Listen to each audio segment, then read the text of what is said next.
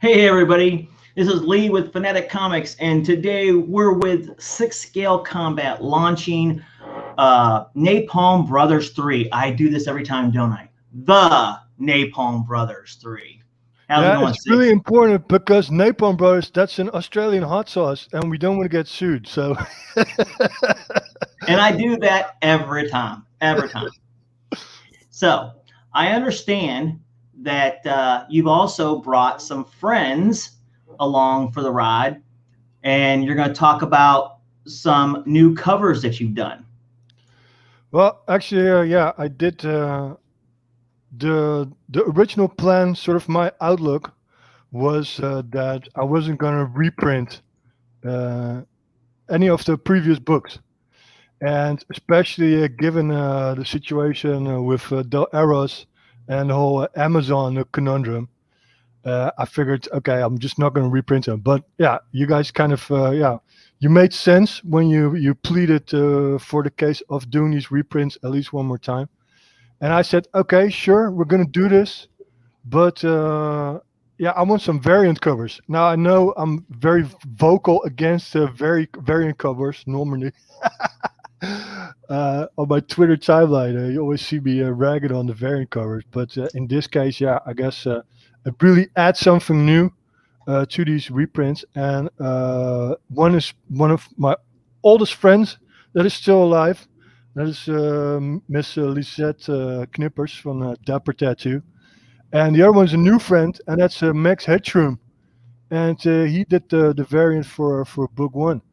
And yeah, of course, we also have Tony Sizzle, who's going to add some a really cool page to the omnibus that we're doing. But yeah, I just kind of wanted to differentiate from what we were doing before, and that's why I invited these people. I think I also invited Kimo to come over to the stream, but I think it's about 4 o'clock in the morning over there, so could be that he's not waking up. But would be very nice if you could actually join us. Yeah. So anyway, Okay. yeah, book three, man. We're getting ready to launch book three, and I have to say this really was a labor of love, for me. I am copied these days. There's no ninjas in the Napalm Brothers, and none of that malarkey. But I guess the Napalm Brothers is the original. We're still going strong, and we're doing book three now. So yeah, I'm really stoked, and I was actually really pleased. That's Fanatic Comics, Lee and Carrie, they're lovely people. Um, that they sort of contacted me to distribute these books. I really thought that was awesome because they've already printed and distributed two previous books, namely The Outlander and also Ravage, and those are excellent quality books. Everything was tip top, and these are Thank people you. that really you guys really love comics, and apparently you also kind of like my style, so that's always nice for an artist to hear, that somebody really digs yeah, what they're into, so Okay. that's it. All right. Well, without further ado, let's get these people in here that you've woke up at 4 o'clock in the morning to say hi. I mean, I don't know if I was them, I'd be kind of wanting to kick your ass right now. But okay. Yeah, we're gonna have to duke it out once the Comic Con circuit starts up again. Yeah, Yeah, I'm serious, man. Wow. I mean, I get up at 3 o'clock every day for work, but if I didn't have to get up at it 3 o'clock is. in the morning, I sure as hell wouldn't get up at 4. And the chemo is here. The chemo store. G'day, boys. Oi, he's got the beard to be feared. Oh wow, Yeah, yeah. yeah. That's how It's mine looked phenomenal. before I shaved it all off. Shaved? Is that some new thing the Oh, kids are trying these days? I haven't heard of it. It's completely new to me. It's see, bizarre concept. this is why you see the FC, because see, my grandkids, they said, Papa, you should shave that off. You look old. You look old. And I said, okay, okay. So I shaved it off, right? And my littlest one, my baby girl, my little Evie, she wouldn't let me pick her up. She would Oh, just, when I held her, she's like pulling away, like who the heck? And then she took her hand. I said, "What's the matter, baby? It's just Grandpa." yeah, She put yeah, her yeah. hand on my face and patted my cheek, and she said, "Papa, you ugly." Yeah, that From the FC mouth stands of for babes. fucking crazy. But she said it with love. Yeah, She said it with love. of course she did. You know. Yeah. Kids, man. So yeah, I'm growing that sucker back. So anyway, guys, I want to introduce. We all know Kimo. He's the most infamous comics guy on the scene right now. He has a smash hit with the Company Man, a Yeah. book I fully endorse, support, and everything. I even did a little piece for Kimo. Yeah. But I kind of want to introduce, like I said, one of my oldest friends that's still alive. That's Lisette Knippers, and she did the awesome cover for book number 2 for Swift, Silent, Deadly. And Liz, can you tell us a little bit about yourself, what you're doing, where can people find your website, and what's going on with Liz? Hi all, I'm Liz Knippers, and as Six said, I'm one of his oldest friends. And yeah, I'm sorry. what's that? I'm sorry. Cheeky. I'm gonna interrupt her. This is I'm nervous as it is right now. You know, I've never done this thing before, and I really hate to see my own face on screen. So, okay. Yeah, I've been drawing since I could hold a pencil, obviously, and yeah, my normal job is as a tattoo artist, and I've been doing that for 20 years now. And my shop is called Dapper Tattoo, and I'm located in Delft in Holland. So that's my day job, and I like to draw in my free time as well. She's a fanatic. Liz is an absolute maniac. I mean, for as long as I've known her, I've been in total awe of the stuff she does. I mean, it's one thing doing comics like we did, like really underground comics, doing one-off pieces, but to actually work on somebody's skin, that's like a whole different ball game, you know. Because of course our scene is a little bit nerdy, and we get a lot away with a lot, you know, infraction-wise. But if you mess up somebody's skin, yeah, That's for life. that's something else, you know what I mean? So yeah, you know, like I said, we used to do these like these Xerox comics in the local scene, and when it came time for this final book of this arc, I really wanted to ask Liz to sort of collaborate, and she did an excellent cover. And Lee, I don't know, can we screen share the cover that Liz did?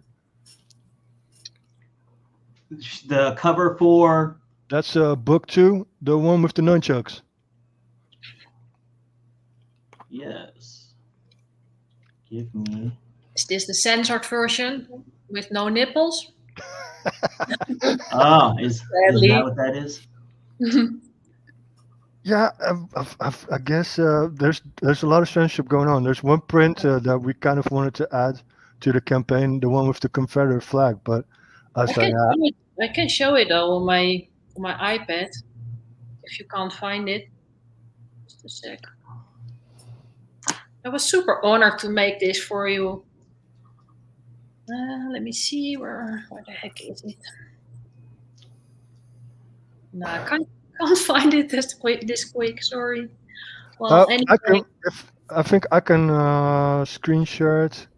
Here it is. Oh no, that's the wrong. That's the one. That's the one. Yeah, that's the one. Without the nipples. So sad to see them go. Yeah, maybe we can Isn't do it like sad that we actually have to do that? a limited nipple edition. You know what I mean? Yeah. But yeah, no, I really, I think this is such a great piece because it sort of incorporates all the sort of the tattoo flavors, like the half skull with the Krieger face. I think that's amazing. And yeah, just the way Liz does all these sort of new school females. I think that's really cool.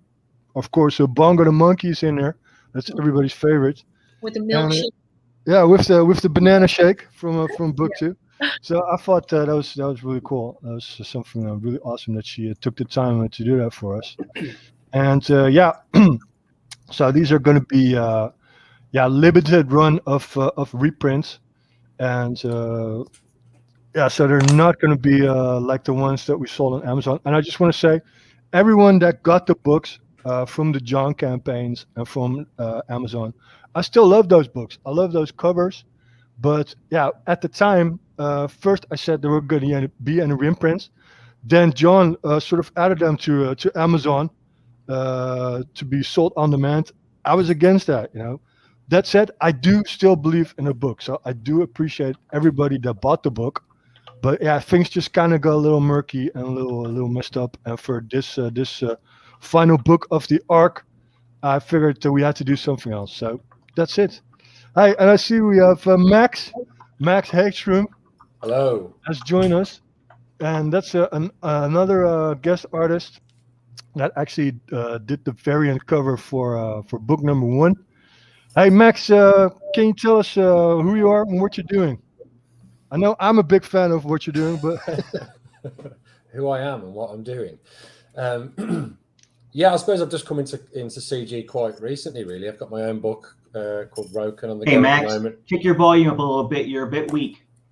Okay, man. Bear with me.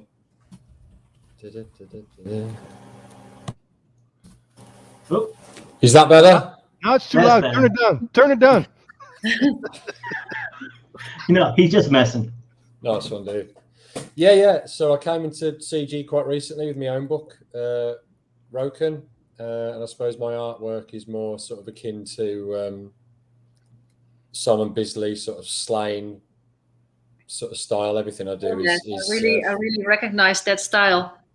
Really cool. Yeah, Lee, can we show the variant because this is all, nobody has seen any of these covers before, so this is all like special reveal. Can we show Sure. people the Max Headroom variant cover? Sure. I'm such a big fan. Sorry to interrupt you, man. That's Go all right, mate. Yeah, everything I do is like acrylic and ink, so it's all traditional. It's probably touched up a little bit on Photoshop afterwards because there's a bit of a difference when you start to scan things in and you lose a bit of oomph between an originally painted picture and a scan, right? They never quite hold up to what you're looking at. Hopefully you'll see. I'll send the picture over to you and then you can let me know what you think of the original compared to the scan. Listen, Max, I'm completely in love with your work, and of course, yeah, you kind of sort of dropped Simon Busy, but it's kind of like that, but it's also looser, and it's sort of a combination also, I think, with urban art, and yeah, I can see all these different styles that you incorporate, plus the way you work. As you were doing the piece, I was sort of picking your brain on how you were layering the layers of the paints, the inks. That sort of method really appeals to me, Plus, also, it's like a commitment because I know how much all that equipment, the A3 scanners and stuff, how much they cost. That's like a hardcore artist commitment to do your comics that way, But it shows the end result. It really shows. So, Yeah, absolutely. I hope Lee can actually show. There you go. Yeah, That's the Max Headroom Rocco cover, guys. That's really amazing. It's a great piece. It's such a It's fantastic. Bear with me. I've got the original. Yeah. And the thing is, again, it's that stylized look, and that's always appealed to me. That's always been the unique thing about indies, that indies will create a very unique style just because they don't want to look like the cookie cutter comics that the industry throws out. And I love that. Well, but of course, there's a lot of skill involved into what Liz and what Max are doing. But my guess is that the first person they make art for is for themselves, and not so much. I mean, you have to enjoy what you're doing. You know what I mean? You have to really feel what you're doing, and that kind of shows. These sort of styles are non-dogmatic, and I include myself in that as well. My style is non-dogmatic. We don't really follow the beaten paths, so to speak. Some people like it, some people don't. That's okay, but at least it gets sort of a response. You know what I mean? It would be worse, I think, if it would just be bland. If any given style would just be bland and people wouldn't notice it. So yeah, for me personally, if people don't like my stuff, that's fine. At least I invoke some sort of response. What do you think, Kimo? What do you think of all this going on with Napalm 3? Oh, I love it, brother. This was probably I think it's the first book I ever reviewed when I started doing indie comic book reviews. Absolutely blew me away from the very beginning. A lot of what you're saying here, it really strikes home with me. The fact that the industry does pump out, like you said, cookie cutter type artists. You look at Brian Hitch, he's Alan Davis. Alan Davis is riffing off this guy's riffing off that guy. Like there's a lot of influences, but in a way it's expected, it's understood. There's boundaries you've got to operate within. Indie comics, and when you bring in those tattoo influences, you bring in like with Max's stuff here, I'm feeling like Mexican mural poster paint, wall art type textures and aesthetics, even though have got that Bisley influence, that hypermusculature, almost Liefeld, the way that Paco's holding the guns there and henching and menacing. That's not mainstream. It's not the standard. It's not typical. It is going to elicit a response. It is going to get people to turn their heads and pay attention. And when you get people who don't like it, and I did a review of a book the other day, and I said, if you didn't find this book funny, it was a humor book, I hate to say it, but you probably just weren't clever enough to see why it was funny. So some things are just, I think, objectively funny, and if you can't see that it's funny, then maybe you're not operating at a level where that humor works for you. I think the stuff you guys are doing, it's a bit the same. When you've got big name, fancy, successful creators who look at your stuff and go, I don't like it, I think that proves that they've got blinkers on. They're working within a very particular realm, and you guys are operating above the standard. You guys are operating above what's acceptable to the mainstream, almost the bland realm where people can just go, that's safe, I see it, I'm not challenged by it, I don't have to look at it twice. You look at a page of Brian Hitch art, you go, hey, everything's where it should be, it looks like traced photographs, I can move on. Here, you've got to stop, you've got to engage. Yeah, you've got to look at the musculature. Yeah, it is right kicking your eye in the nuts, right in the eyes, and it demands attention. It pulls you in and says, hey, you need to look at me. You need to look at me twice. You have to come back to this. You'll spend more time looking at this than you will at a page of anything that the big two have got on the shelf right now, and that's a victory in itself. Well, the cool thing, I think both Liz and what Max are doing is it's very tight. You know, I mean, it takes a lot of control to draw, to put stuff together the way they do. But at the same time, it's very loose to make it fun. And that sort of juxtaposition, that's something that really appeals to me. You know what I mean? So yes, definitely that old, you got to know the rules to bend them before you break them. You know, like to draw like this, to draw in this hyper stylized way, you've got to know exactly what you're doing to know how far you can push it. You know, if somebody goes in blind and tries to do something like this without the understanding of anatomy, without the understanding of where light should be, composition, color theory, that sort of stuff, it's going to fall flat. It's only by mastering the acceptable, that bland, boring art school, this is okay, I don't have to look at it twice. I mean, isn't the whole point of postmodern art, of post-photography era art, the fact that, look, here's me right now. No one's ever going to be able to paint this as good as a photograph of this. So if you can photograph anything and get an exact representation, why spend time representing something exactly? Why not push it to these levels and do something new and demand attention and demand engagement and buy-in from the audience? And that's what you guys are doing with what you're putting out. And that's, I think, always been the underlying point of underground comics with an X. They pull you in and say, hey, you've got to pay attention to me because I'm not Spider-Man or Batman on the shelf. You can't just not look at me. You can't not engage with me. It's almost it's like guerrilla comic making. It grabs you by the ears and said, fucking wake up, pay attention to me. I'm here, and look at this gonzo piece right in front of us. The boobs, the gorilla, the guns. You're there. Kimo's got away with words, but he's also an artist himself, you know. So that's I really see him as a true peer. You know what I mean? I mean, he wrote Comic Book Man, but he also has a background in art. In fact, for his own campaign, he's drawing. How many cards are you drawing? 200 sketch cards. That's the company man, yeah. Yeah. What are you making? They're like can you show us, Kimo? They're like these thank you cards or these gift cards that he's doing to accompany his book when it ships out.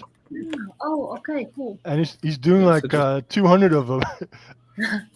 I'm just live streaming and I'm just saying to the audience what character you want. They tell me a character, and I just use some ink pens. And I've got about 40 of them done so far. I've got 160 to go. I keep saying Macho Man, but you haven't done them yet, man. What the hell? Oh yeah, no, definitely. I'll put that on the list. That's a good one.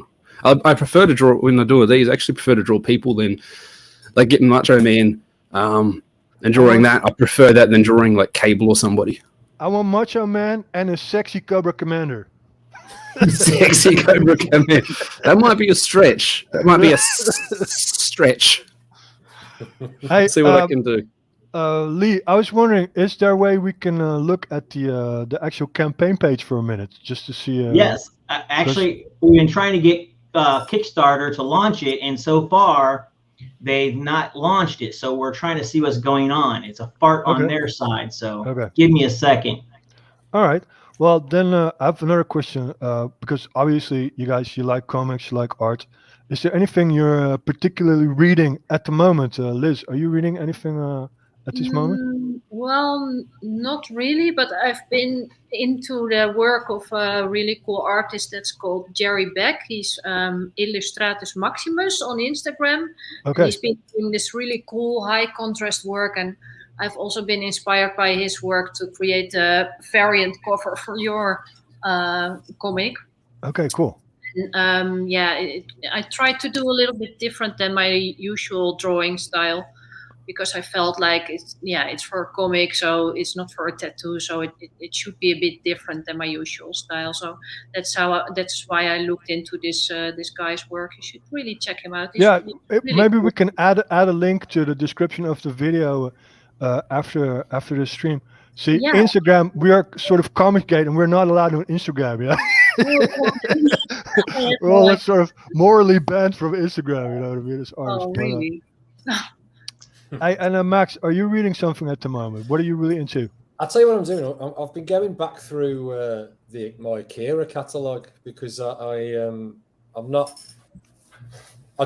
trying to improve my my building illustration, and there's loads and loads of wide shots in that, just like full of cities. Like obviously I can't draw that way. I'm just trying to figure out a way of sort of making that work in my style. Exactly. Yeah. Because I think most of my sort of the people that I sort of grew up being my influences, there's not that much sort of big city panel paintings really. Okay. Probably Frazetta did a little bit, but nothing that's on that sequential level. So I'm just trying to figure it out. But I very rarely read books for the story, man, because I'm just I don't think any artist visually. does. I pick them up and I'll look at the artwork. Like I'll look at I mentioned Simon Bisley again. Like I've got that Slane book. It's like my Bible. Like I'll study those panels for the first series, the Horned God that he did. That was the Horned God, right? That's the one. Yeah. And you can see his underpainting and everything in all the different panels. See how he learned to paint, and I'm just fascinated by it. Well, it's funny that you mentioned that because actually that's the way I buy comic books. Firstly, I look at the artist, if something is appealing, and then afterwards, when I read it again, if I notice that's a good story, then I'm like, hey, that's like a really good comic. But that's probably after 2 or 3 times of reading it. You know what I mean? I mean, no offense, Kimo. Writers are also important. Hashtag just a writer. It's still good. I think a lot of artists are sort of more visually inclined than most people. Like, I will read a book. Obviously, if someone recommends a book purely for the story, then and it excites me, then I'll get on it and I'll read it, even if the artwork doesn't necessarily appeal to me initially. But like as someone that's just obsessed with aesthetics and visuals, like that's always the thing that just naturally is the thing that excites me. You know? Well, to be fair, I have been really sort of harsh. I think there was this one poll: what's more important with comics, the writing or the art? And of course, it's a symbiosis because the art can be spectacular, but if the writing is retarded, then you have a shit book. You know? Yeah, I mean that's the thing. It's like a total harmony between the pictorials and the actual info you want to. It's like a great looking film with just no narrative substance, right? And ultimately, although it's beautiful to look at, it ends up being quite disappointing. So you definitely have to have both.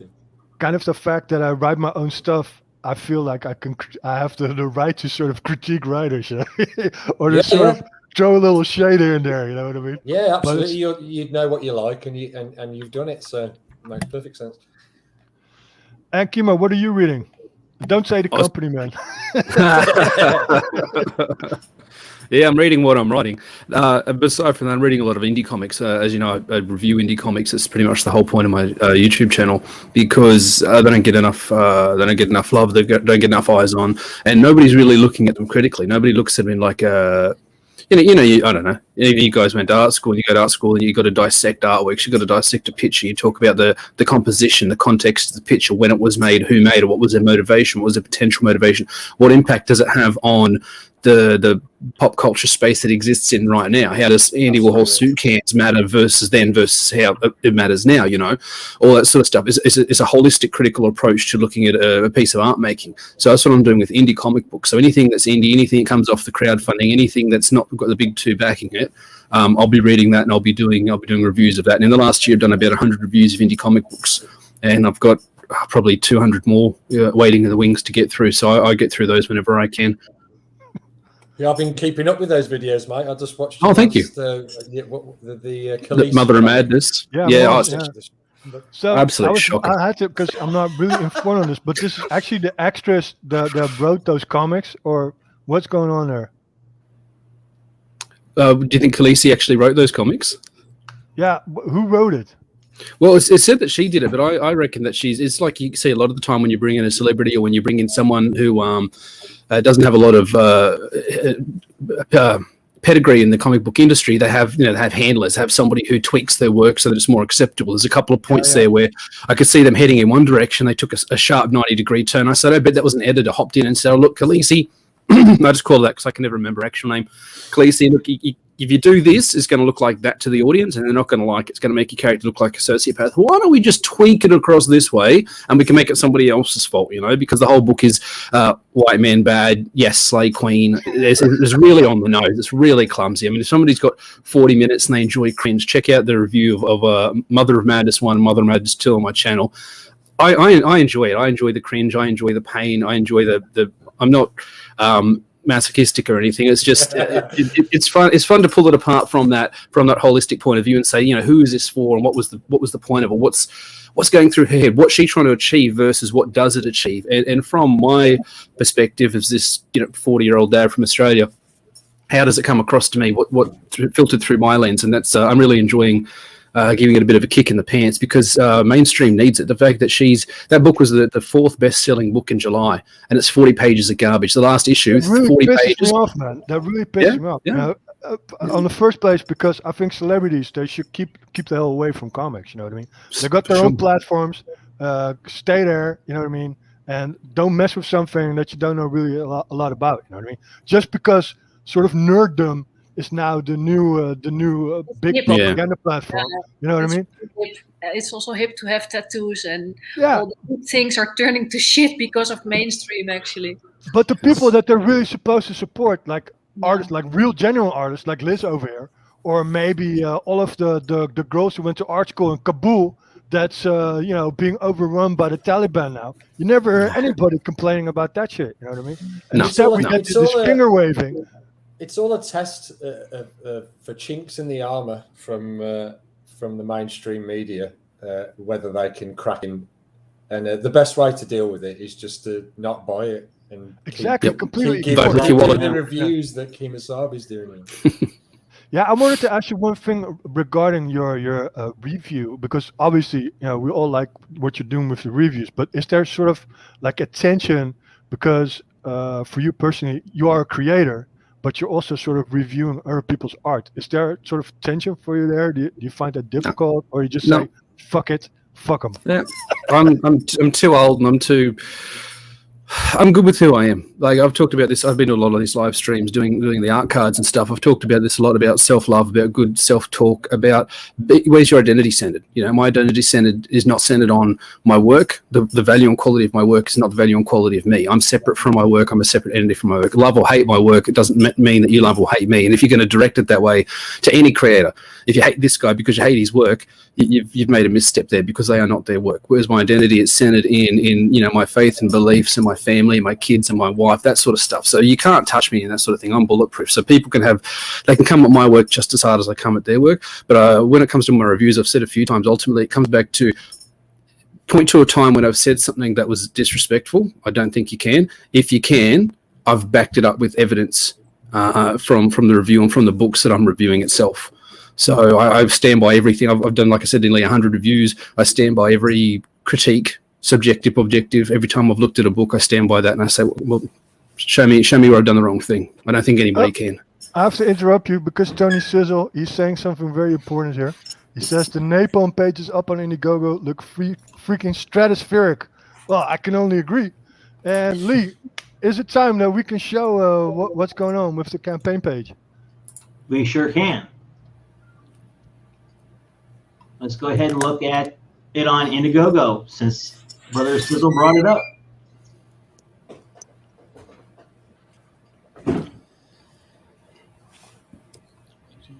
Okay, so here's the campaign.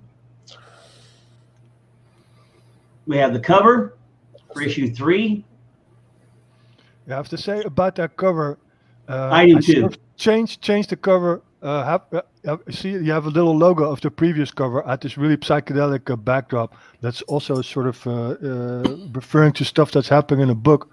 But then I thought I need to change it up. I need to make it more clear. And this final book of the arc, it has sort of a spaghetti western theme to it, you know. And also, really looked at some of the work of Richard Griven, who has a lot of red and blues in his psychedelic poster art. And I felt like, I gotta clean it up a little bit, you know. And that's why I changed the cover the way it did. But I think it really turned out pretty cool, you know. Yeah, I think that was a good choice. Definitely. Good choice with the background. Yeah. Yeah.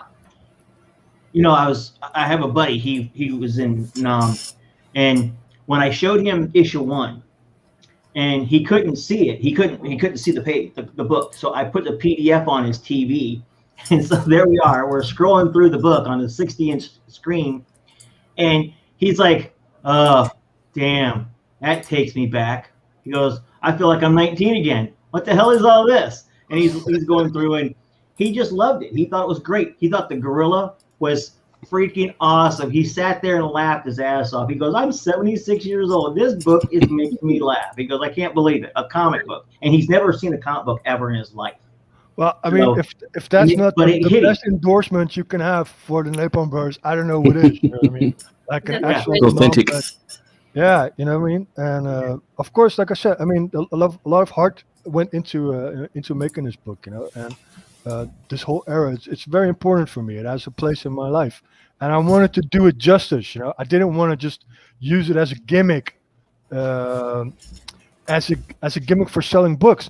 I see parallels of what happened back then and what's happening now. But I also want to tell like a lighthearted, fun story. I want to tell something that's fun to read. You know, and unlike that previous book that we just sort of discussed with Kimo, that mom piece of garbage, I don't want to finger wave at anyone. I want to make people make up their own minds about, you know, what's important to them, or, you know, comics are not propaganda pamphlets. You know what I mean?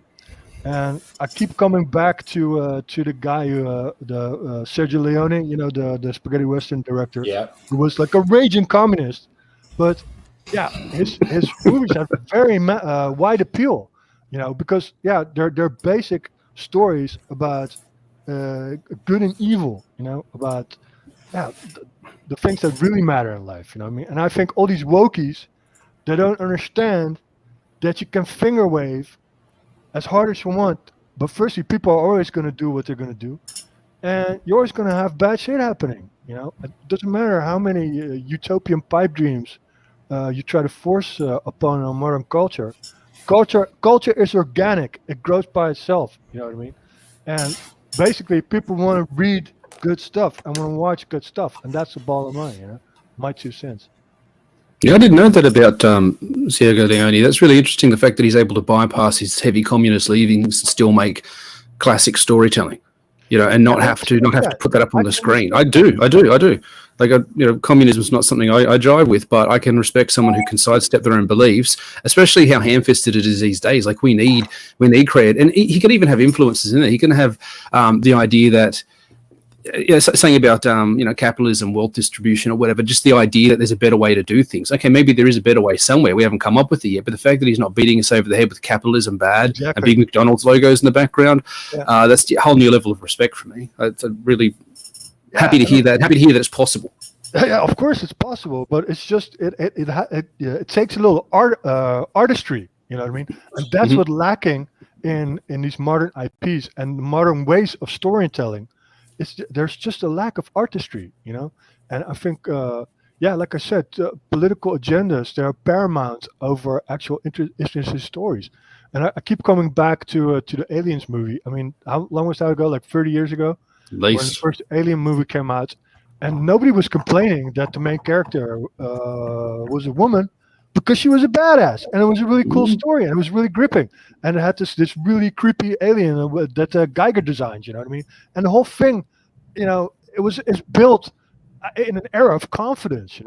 But now we have the era of finger waving with the wokies that want to deconstruct society. Yeah, and then you get sort of afterbirth stories. You get Yes, yeah. and it's just Where the story serves the agenda. They think, here's my agenda, here's what I want to say, and they go and they create a story to suit that, as opposed to saying, I've got a story to tell, and along the way, themes emerge that you nurture, make connections between, and then you end up with your thesis, your ethos, the reason that you're telling the story.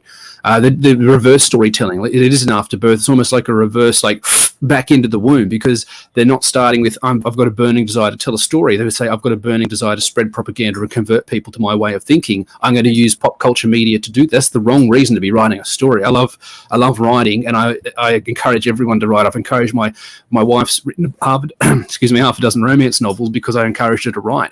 Like she's selling her romance novels and stuff because I love seeing people write, and I will encourage anyone to write, and I'll support anybody who wants to write with whatever support I can to get them there, because I think it's such a valuable thing. The one time I would say you probably shouldn't be writing is if you're starting with propaganda and you're trying to work towards converting someone through a story versus the other way around. I have a great story to tell, and the themes emerge as you get along. Yeah, exactly. And end of the day, I don't think anybody can sort of claim the truth or claim absolute wisdom, because there is none. Life is sort of a process of learning curves, of pragmatism, and for anybody to say they've got the answer, they're grifters, they're liars. Don't believe in it. Yeah. Hey, can we scroll down a little bit? What's going on that Napalm campaign? We've seen the cover. Now let's see some of those pages, man. Just something to add to what you guys are saying. All those examples that you gave are all examples of they didn't break the rule of storytelling, and that is to tell the story. The agenda is not the story. It is the people and the characters and how they all behaved and the interplay. If you don't have that, and of course you have to have a hero and you have to have a villain. Even if it's a dog story, you have to have a hero, you have to have a villain. Even if the villain is nature, there has to be a good guy, there has to be a bad guy. Yeah, and of course there's nuance. You can a bad guy can do good things and good guys can do bad things, you know what I mean? But that's what makes stuff interesting. The choices that people make. But if you try to ram some sort of preconceived idea into everything, it just doesn't work that way. You know what I mean? It just doesn't work. Okay, so the next image that is part of the last page actually in the book, but I sort of created it also to be the banner, the campaign banner, because I think it says a lot. You know what I mean? Cool, man. It's sort of Coca-Cola, American flag, freedom, a brown babe surfing. We have all this gnarly shit going on in Nam. We have sort of a mushroom and smoke-induced style going on. And I really think this sort of banner captures what the Napalm Bird is all about. You know what I mean? Yeah, it's wicked, mate. And then bringing in a tattoo artist, bringing in Max with his Roken style, it's all on brand for you. It's all part of that same aesthetic. You're saying earlier about how normies are all getting tattoos and it's affecting the tattoo scene and the indie scene and that underground scene. Like you're bringing those elements of that scene together to create a very distinct visual brand. Like I only need like Parker there with the flight helmet and the is that an M60? It's iconic. It's iconic. Leaning out of the chopper. Like you've developed. And another thing I wanted to mention is how your style has grown from book to book. It's consistent, but the quality on this page here is, and is a huge step up from book one. And I loved book one. I gave it a rave review. It was the first book I reviewed, and it just blew me out of the water with the energy and the visceralness of it all. But this is such a huge level up in terms of artistic ability. It's like a 400% jump from where you were at book one, while maintaining a consistent style. Like it's clearly still you. I got to commend you on that growth Well, as an I artist. think I the thing agree is, with that. my style was established, because I've been drawing for a long time. But I sort of had a learning curve doing this digital stuff, because unlike Max and what Liz are doing, I didn't invest in all that equipment, So I do it all pure digital. But I want to make the pages feel like I did them on paper. You know what I mean? So it's like a mix of different colors and keep the style really loose but tight. That's important to me. And yeah, it is sort of a learning curve, I have to admit it. But I have to say, with all three books, I did the best I could. And everything you do a lot, you get better at it. You know what I mean? So I think now it's. I'm I think it's a positive. There's nothing I like better than going back into an artist's sort of history of work, especially if it's something I love up until right now, and watch them improve and go through sort of different phases of their artistry. And sometimes, even though it's weird, you sort of as you progress as an artist. I don't necessarily like to call it improvement, because I think you can get to a technical it's a good point. stage. You can get to sort of a technical stage where your those technical sides of, like, say, your anatomy or buildings or buildings or stuff like that, they hit like pretty much a peak. But then within that, your style can change, and that's where you get sort of different eras of your own artwork, where people will say, "Oh, well, I preferred him in the 90s, or I preferred him in the 80s." You know what I mean? That's all down to personal preference. But I love watching that sort of rainbow of change of an artist. I think it's really, really interesting. Well, and another thing is, of course, these books, because I'm not a full-time artist, they're sort of a time capsule of what I'm doing at the moment. And with regular line artists, so to speak, they also go through this transition, but because they produce so much, because you have a schedule of X amount of books that need to be released, the style also grows, goes somewhere, but the steps are less, they're more gradual. You know what I mean? And because now the last book I've done is about half a year ago. People haven't seen anything. Of course, the style is going to change a little bit, But like Kimo said, I think the core of what I'm doing is still in there. My interpretive anatomy and my weird color choices. But yeah, that's just the way I like to draw. You know what I mean? Yeah, I'm feeling you, mate. I feel the same.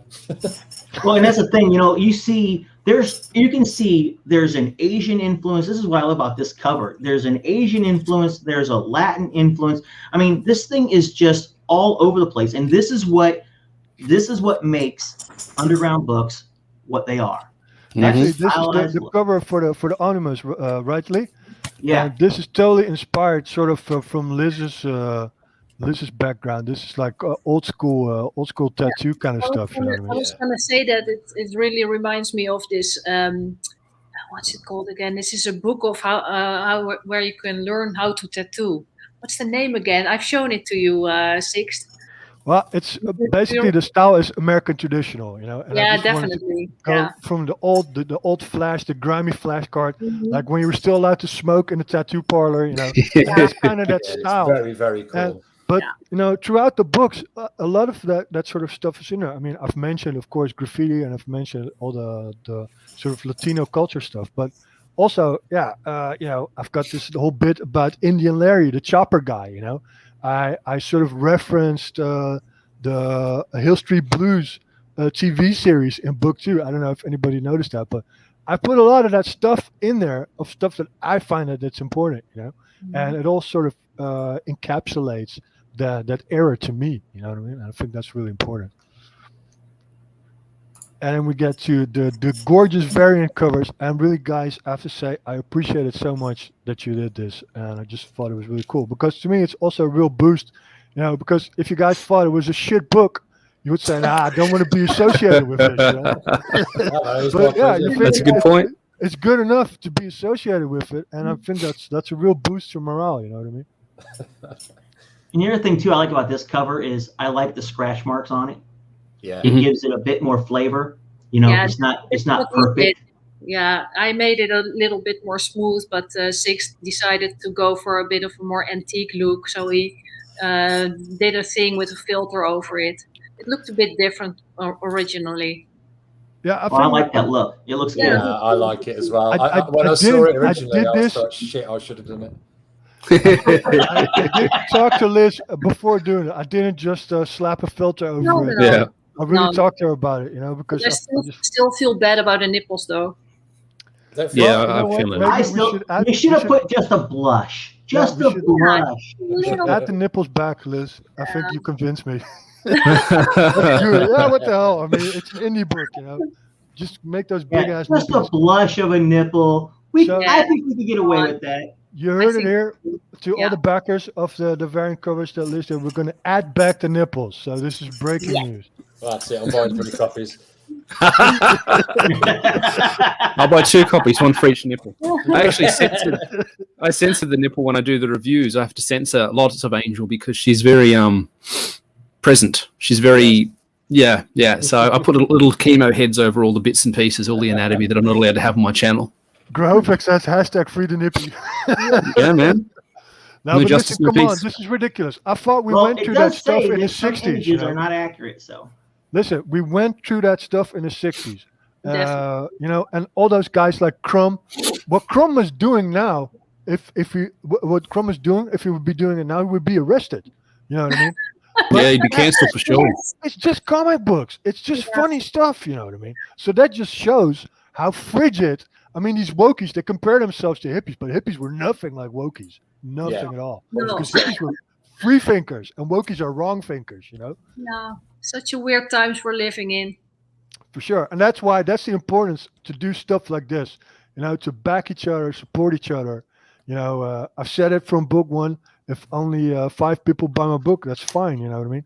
Of course, I want a lot more to buy this book because it has to be feasible. It has to be feasible also for Lee and for the publisher. But I mean, yeah, it's culturally important that we're doing this stuff, even if it's just funny books and even if it's just, risque pictures of big boob women, it's important we're doing this because, the Taliban, you're not allowed to do the stuff under the Taliban, you're not allowed to do the stuff in large parts of the world, and we have to sort of respect the fact that we can still do this here. So all these people that censor campaigns and censor artists, and make sort of beroepsverboten. That's what the Nazis did, and these wokies, they're kind of like Nazi light to me. That's what I think. Yeah. There's just Same no tactics, same goals. Yeah. There's no fun in being woke. Yeah, it is. It takes a miserable sort of person to want to censor nipples, and the sort of people that are offended by nipples don't realize. It's a really good perspective that you just had there, Six. They don't realize how important it is to maintain this status quo when we're allowed to do that sort of stuff. Because when you start to, what I'm saying is, when you say, okay, it's okay to censor that nipple, then it's okay to do the next thing, and it's okay to do the next thing, it's okay to do the next thing, and all of a sudden you have no rights anymore. People go, that's a really, really big slippery slope, Kimo. I'm like, yeah, it is, but everything that anybody's pointed out as being a slippery slope in the last 20 years of my life has got to the bottom of the gorge. It's every single time someone says a slippery slope, I say, give it 5 years, and without fail, it's always got there. Like, it's just getting worse. So it's more important than ever that this stuff is allowed to be seen, this stuff's allowed to be free. And they reveal themselves. The mask slips when they say you need to censor that nipple. You say, how ridiculous are you? How if that's the hill you want to die on. If you're going to come at me for that, they show themselves and they show their intention and they show where they want things to be. So we've got to be aware of it. It's a great litmus test. Go ahead. Go on. No, go ahead. Sorry, Max. There's a video. I don't know if you remember it, and it was after The Life of Brian came out in. I think it was the early 80s, and it was the Pythons having an interview with some of the clergy, and the clergy were expressing how offended they were by The Life of Brian, the movie. And the points that they were making were completely invalid because they hadn't even watched it, right? They just hey, that sounds familiar, doesn't it? Yeah. and now when I hear like the ultra progressive sort of wokies make the same arguments about stuff without watching it, or I mean, even when they do watch it, and then the idea that you would compare them to the clergy back then, to them is massively insulting because for a start, most of them are completely sort of anti religious on any sort of scale, right? But that's what they are. They're the same pearl clutchers that used to get upset at video nasties when I was a little kid in the 80s. They're just on the opposite side, with and the they don't really see tight, it. And it's with the tight fucking sphincters, mental. sphincters as tight as piano wires. Yes. I mean? That's these people. And it's true because I'm not as old as say 6, but I'm a child from the 60s, and I remember the 70s clearly, and I can tell you, the right they complained about this stuff, but at least they had, well, I guess they had their convictions that you could understand. Okay, this is what they're against because scripturally or whatever reason, their moral conscience and moral compass says no. But with the woke, there's no damn compass. Today it's okay. Tomorrow, that's what I was saying. Listen, there's no more dialogue, and people. Unfortunately, we lost a lot of champions of free speech. People like George Carlin, who is also really left wing. But yeah, you think this era would have abided? That he would have abided this era? No, of course not. You know what I mean? And it's just it's insane. We have to fight back. The opposite. It's just rebounded and gone the opposite way. Exactly. Yeah. Exactly. But I don't know if Kimo said that, but it is sort of a slippery slope, because first they cancel Alex Jones, and of course everybody says, yeah, but Alex Jones, he was a nut job. Yeah, he was just a funny guy. But then now we're at the point where they cancel Parler, like sort of a social media platform, and they cancel people's bank accounts that have certain YouTube channels, and this is sort of. We're heading in the direction of South Africa and Rhodesia and Rwanda, and that's the kind of stuff that's going to happen. You know what I mean? Unless we put our foot down and say, no, this is our culture. We just want to be free. We respect everybody. Live and let live. You know what I mean? And stop the insane finger waving. Because it's going to end the tears. My dad used to tell me when I was little that you can't explain an experience to someone that's never experienced it. And when you tell people that when they make a step forward when it comes to censorship, that they're opening the gate to being censored themselves, they absolutely do not understand that until someone puts their hand over their mouths and tells them that they are now censored. And then you see the realization in their face, like panic. And I feel like you're just going to have to wait for that to happen. Well, I hope the pendulum is going to swing for that time, but I want my kids at least to know that I contributed a little bit, me and my friends, that we remained free artists in a world where free artists are not allowed anymore. And that's just it. Lee, I want to ask you one thing. Can we look at that swag box? Because that looks like some funky stuff, man. I see a beer cozy t-shirt. I think we saw a bookmark or something. Can we look at that? Yes, sure. We've got a swag on both of them. Right now, we currently have 2 backers on Kickstarter and one on Indiegogo. So cool stuff. Appreciate it. Yep. Thank you, guys. Thank you very much. One step closer to actually, how do you call it? That this campaign is actually going to go through. You know what I mean? All bits help. So really appreciate it. I think it was the bottom tier, Lee. Oh, I want it all? Yeah, the one it all, because that's the kind of person I am, Okay. All right. Well, I'll go over to Indiegogo because they allow the pictures. Kickstarter doesn't allow you to do that over there. Okay. Let me just go switch the share. I like both both platforms. It's just that I think in some ways Kickstarter is better, and then graphically I think Indiegogo is better. But they allow you to play with it more. Interface wise, yeah. But the audience is different too. Yeah. Well, people keep saying I had to try a Kickstarter, so now we're just doing it both simultaneously, and let's see what's going to happen. I think it's a good idea. Interesting. What's your opinion on the old Kickstarter versus Indiegogo debate? Well, you guys want to do the bundle first, and then I'll answer that question. Yes, sure. Sorry. No, it's all good. It's all good. I sound like I got something to say. I'm sorry. do you guys want to do that, or do you want to look back to this? No, let's do the bundle first. I want to see the bundle. Okay. So the bundle consists of issues 1, 2, and 3 in a PDF. You also get issues 1, 2, and 3, issues 1 and 2 being the reprint.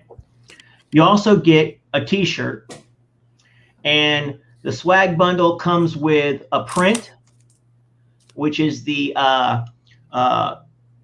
cover from the Omnibus. You get the t-shirt is also a sticker that comes with the swag. There's a koozie, and there's a bookmark, which is from the banner for this. And just so you guys have something to laugh at, let me share this with you. And Tony, this will make you happy. Don't show anybody my private pictures. Too late. Okay, Tony, this will make you happy. Hey, look at that. There's our. It's cool. That's the mock-up of the wow. koozie. Is that I've the never name heard- for it? Koozie? Is that a beer holder?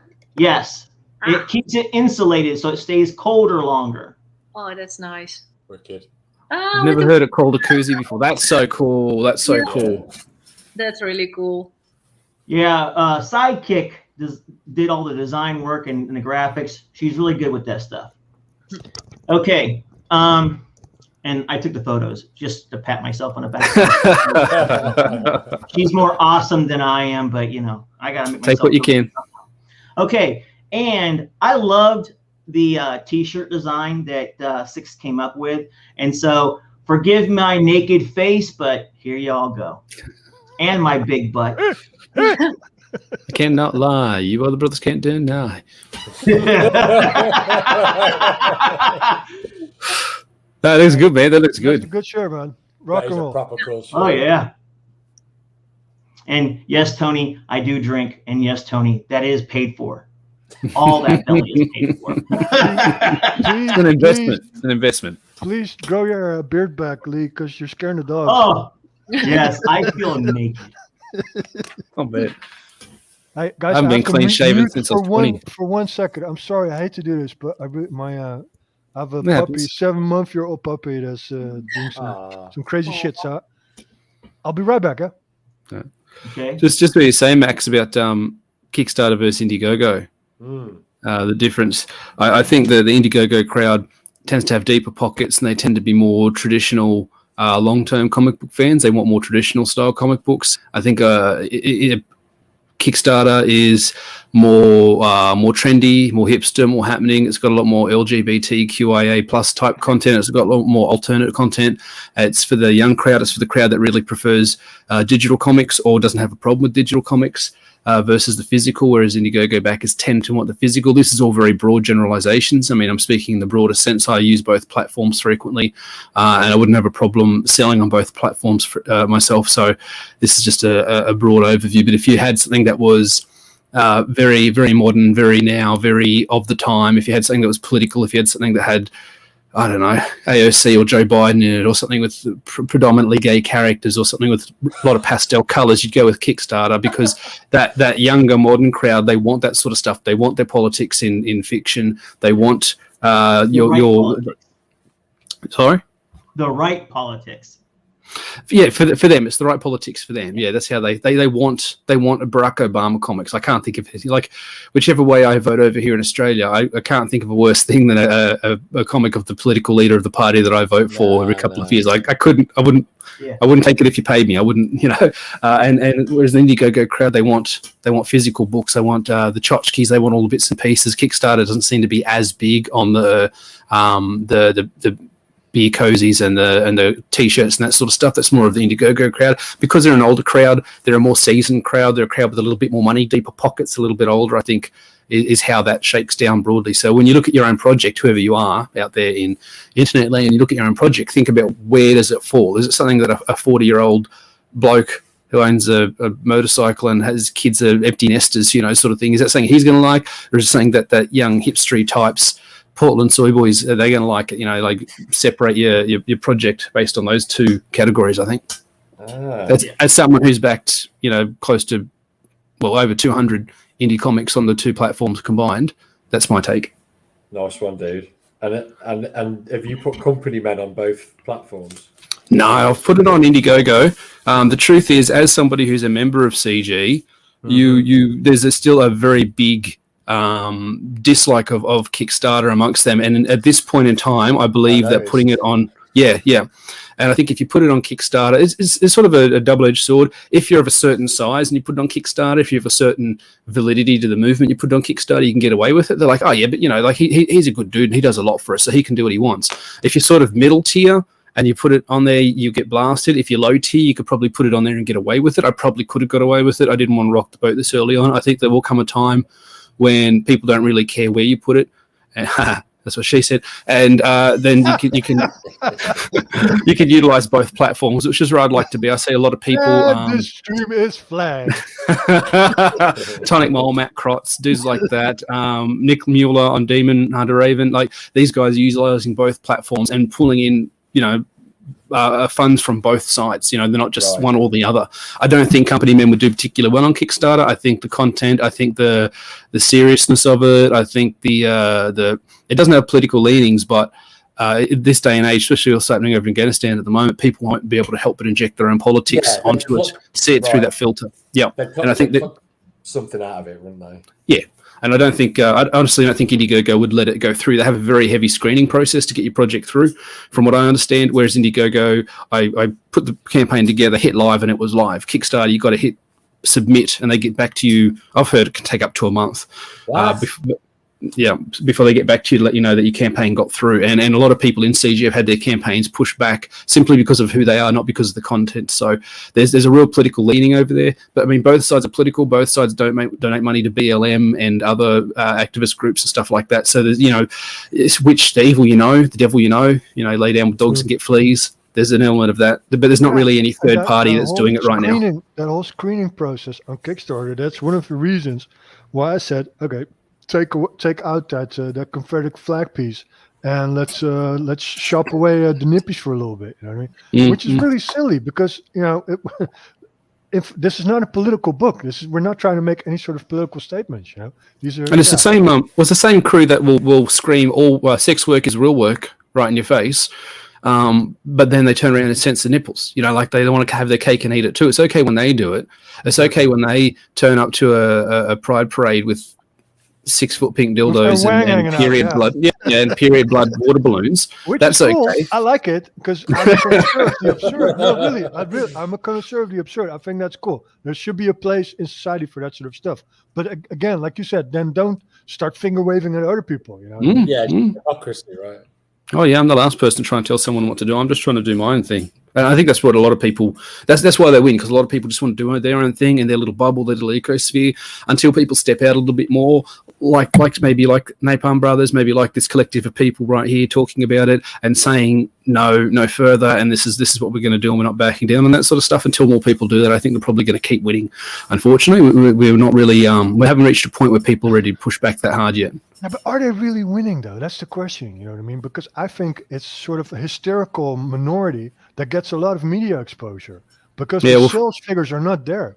People are not into this stuff. They're not building lore. They're not building franchise loyalty. You know what I mean? It's all just really short-term propaganda. Happy Meal entertainment. Exactly, $4 and you get a burger and chips and it's gone in a minute. It doesn't last. No one's going to remember it. It's cautionary tales. In the future, we're going to look back at this as a cautionary tale time. We just got to get to that point. You need that sort of thing though for certain types of art to thrive, like because it thrives in adversity, right? Yes. So, well, I'm going to say, Liz and I, we sort of come from a punk background. You know what I mean? And the punks, of course, now they've been totally usurped by the Marxist agenda. But the punks that I used to grow up with, they didn't give a shit about anything. They were very anti-authoritarian. They were actually against everything that sort of reeked of any sort of, oppression. And now, but the hip new thing, like oppression is the hip new word. You know what I mean? Both sides. Yeah, it was Right, just Liz? all about fun back in those times, And if you look at the comics that we were making back then, I mean, they were so totally politically incorrect. We didn't dare to show them Stuff right that we now. literally would be arrested for right now. Definitely. But it was all in good fun. And we're not going to mention any of it, Liz. No. Anyway, guys. Lee, Yes. are you still there? Oh yes, I am sitting here just smiling away. So, what's your take? What are we going to do with this campaign? We're going to run for 60 days at least. Yeah, I think we're going to run this out for the 60 days, see where it goes. Right now, Kickstarter's sitting at $112 Hey, there you go. with 4 backers, and I'm really pleased with that. I was wondering just how this would feel on Kickstarter, but it just jumped up with 5 backers. There you go, man. So 130. This is a fresh book on Kickstarter, 3 issues already now. So this isn't like this is its first issue and it's debuting here on Kickstarter. We've got 3 issues. We've got the Omnibus, which is 25 pages, 100 pages at $25. Think trade paperback, but just a little bit heavier because that's how we're going to print it. Hey, Bennett, quit the shit. Yeah. So it's this is, seriously, Marvel puts out 160 pages on less paper, on a lighter paper, and they're getting $25 for it. And we're putting out, 100 pages on a little bit heavier paper, and we're only asking $25 for it. And I think this is going to be a good book. I think I like what you've done with the cover for the Omnibus. I think that was a great cover idea. I like all the different influences. As far as this book is classic indie, it just is. It smells indie. It feels indie. It reads indie. And yeah, there's a bit of politics that you can look at in it and see the politics of today, the politics of yesterday. It's all there. I love it, and it's a lot of fun. And there's some really cute stuff that happens in the story. It's great. The way I've heard people talk about it is because there's a big push, especially from the CG crowd, of getting politics out of comics. And somebody wiser than me said, well, that's impossible. You can't get politics out of comics because it's all downstream. It's all downstream from politics. What you can do, though, is create a comic that's got political elements in it, that has politics in it, but it's not telling anybody how to think. That's where the real problem. That's what you reach over from entertainment into propaganda. If I create a comic that's got my comic's set in the Middle East, there's going to be political elements in it. It's a Middle Eastern war zone. You can't avoid that, Especially when you take something as ludicrous and absurd as superheroes and drop them right in the middle of like Kabul, that sort of thing. Like it's going to lead to political elements being present. But I don't tell anybody what to think. I don't say this is good or this is bad or this is right or this is wrong. I have some characters with motivations. I drop them in. They do their thing. And if any of you guys write or are writers, potentially, that there comes a point where the characters tell you what they're doing, not the other way around. You're just along for the ride. There's been likened to uncovering a huge fossil. You're chipping away at it, and it's not till you get to the end that you see the whole picture. You're like, that was there all along. I didn't know it. I was just uncovering it. I don't even feel like I can take credit for my writing half the time because they just turn up and tell me what's happening.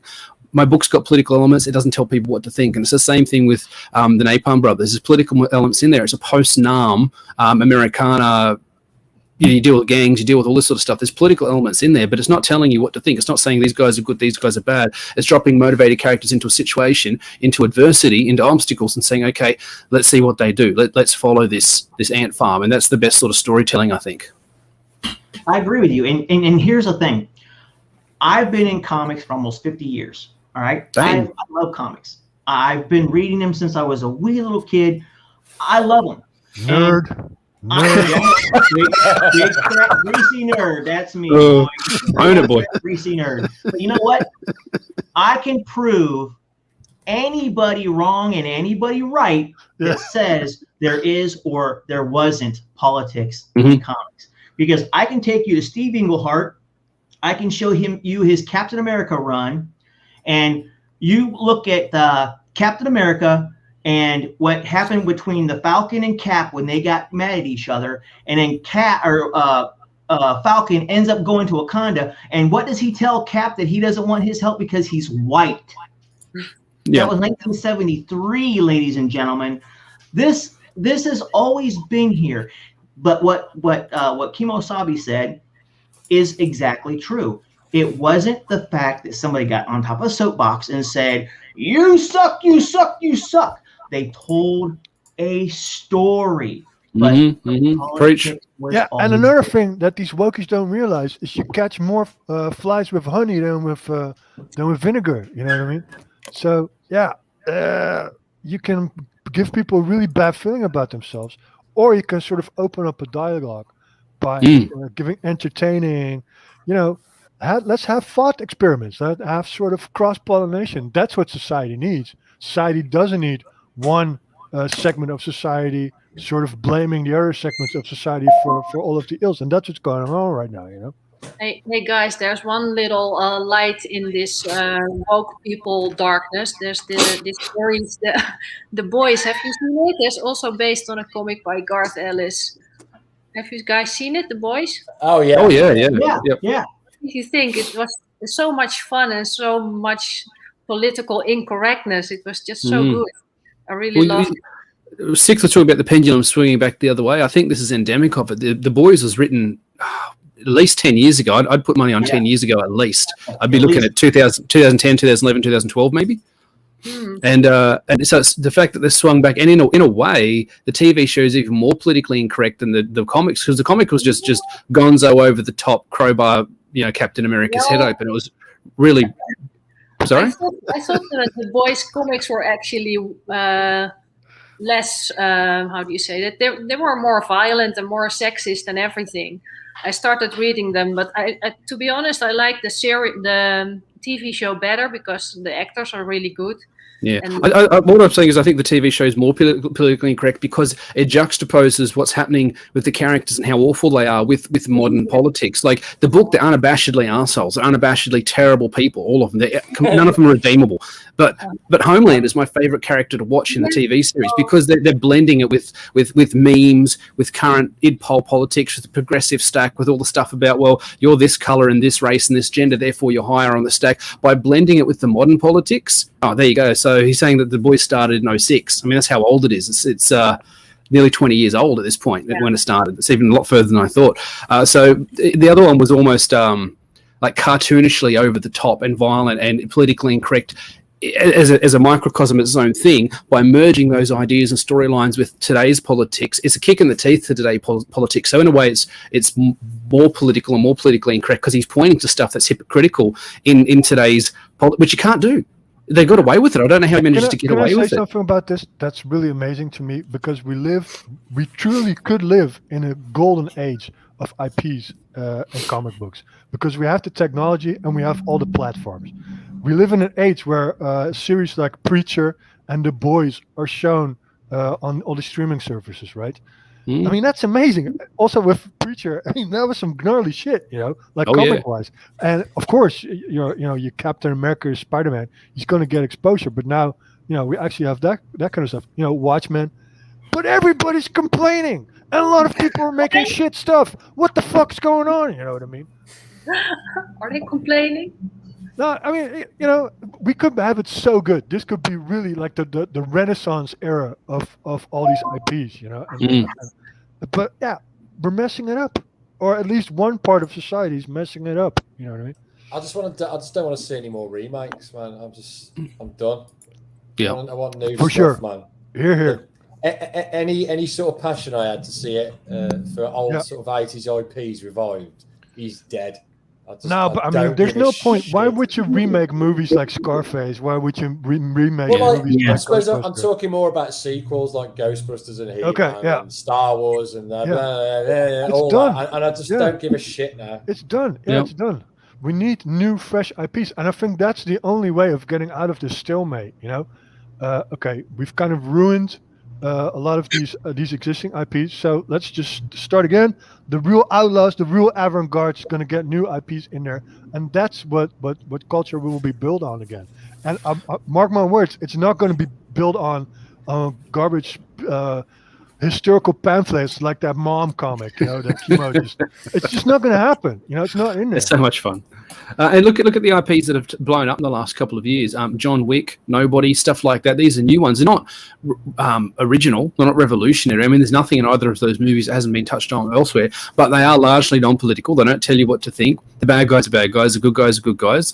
And people have responded to it. They've flocked to it. They loved it. Like when Nobody came out, and then there's one, Chris, what's his name? I don't know. This Chris Tomorrow War or something. I didn't see it. It's like some alien. No, Chris Pratt, Tomorrow War. Yeah.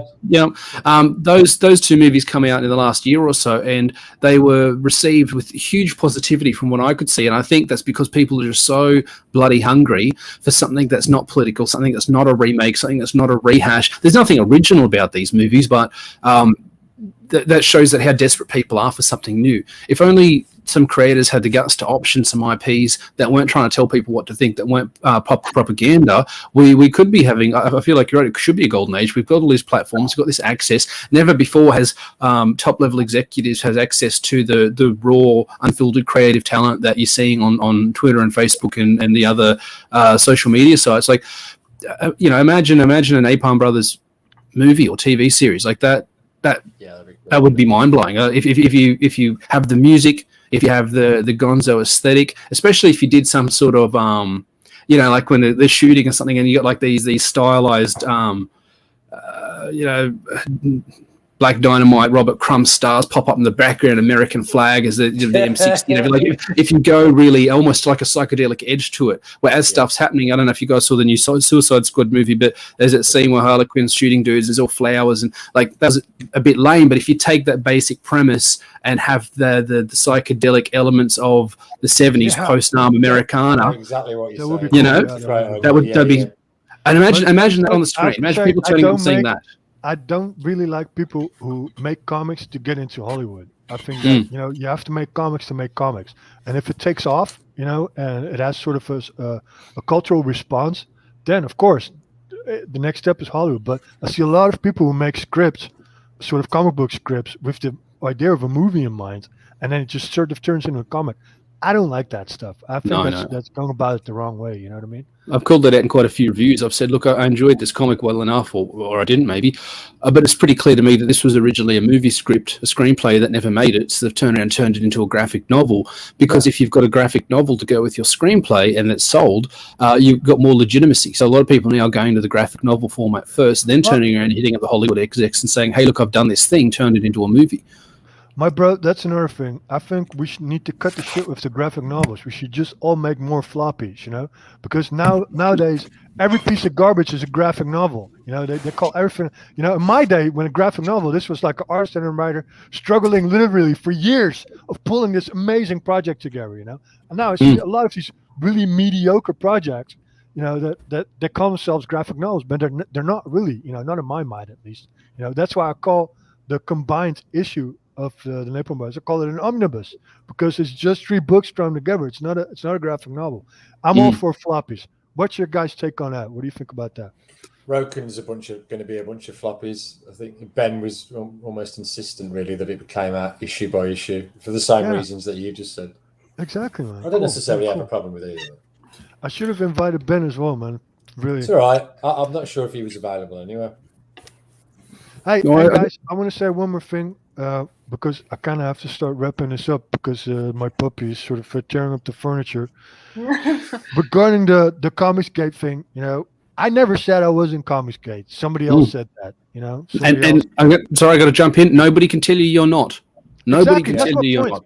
That's my point, And what we're doing, it is cross-pollination. We see each other as peers.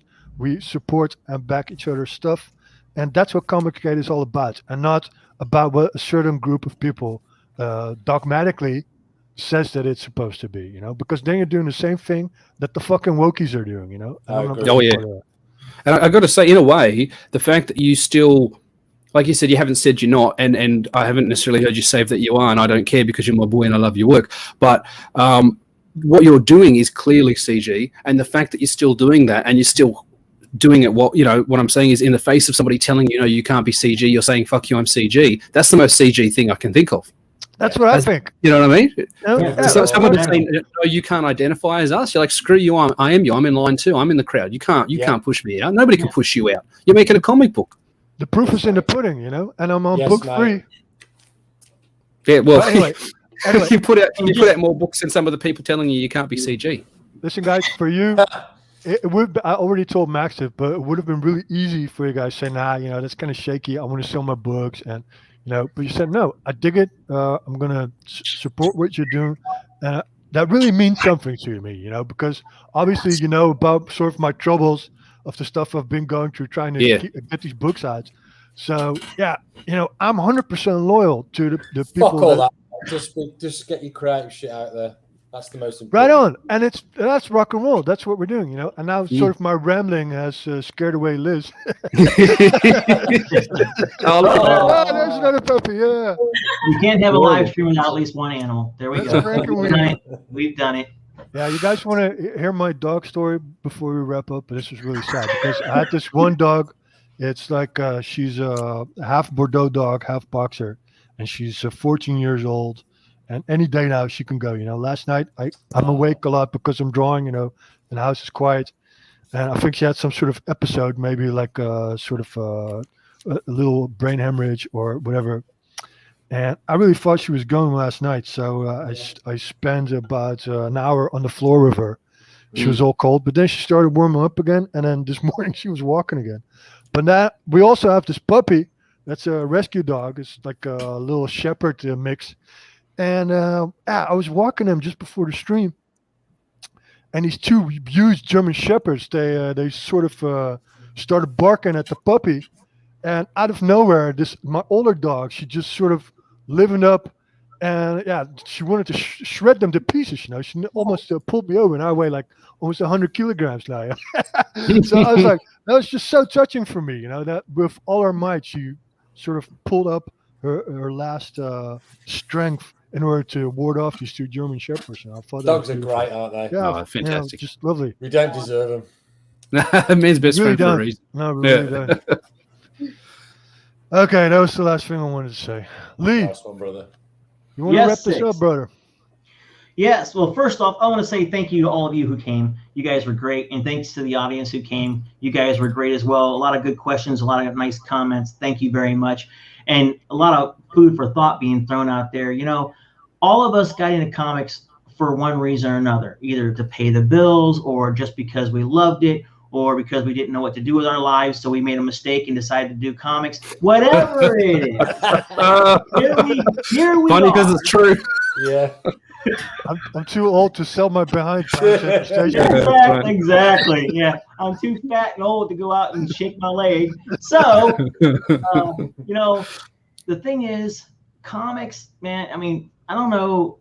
For me, comics is a passion. It always has been, always will be. It's something that when I was growing up, I was a stammerer and a stutterer, and I couldn't read for crap. I started reading comics, and the next thing you know, they put me in advanced reading, and I got better, you know, and comics were an escape also because of, you know, I was a nerd kid, man. So, you know, I hung out with other nerds who were not socially acceptable. So, you know, comics were always that escape for me. And now that I'm 55 years old, I still read them, and I'm unashamed to say that. I talk about comics that people, not like the weird guy that goes, "Hey man, did you check out Batman? Oh my God, did you see what just happened?" No, that's not me. But you know, still, comics are fun. They're great. And if you can't enjoy the fantasy, then you're reading the wrong book. Find something different. If you open the book up and it pisses you off, you're reading the wrong comic, man. Yeah. Don't let it piss you off. Find the one that makes you happy, because, man, they're out there. And, you know, this is one of them. You know, this is one of those books. You'll read it and you'll go, at the end of it, you'll close that last page. And you'll go, huh, that wasn't too bad. I can't wait for the next one. I hope it comes out soon. And that's exactly what Fanatic Comics is trying to do. And we're glad that we're here to help Six do that. Lee, yeah, you know, of course, really thanked my guest artists and all the people that backed this book, but I really need to thank you and Carrie as well. I think Fanatic is amazing, and I know you guys doing this out of love. I see you sort of as my adopted family, you know what I mean? And I hope we can keep doing this for a while and make this a little bit successful, you know? And yeah, Okay. you guys are Well, my heart. Dad, in that case, Dad, I need a raise in my allowance, please. Just a few No, hundred. the other way around, Creepo. You're older than I am, brother, I'm sure. Thanks for ruining the moment, Lee. You're welcome. It's my job. And on Ask that my note, wife. I'm really good at it.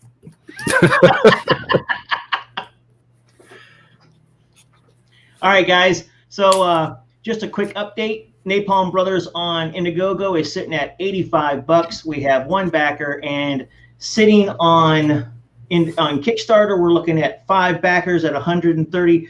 Thank you all very much. Thank you. boom goes the dynamite.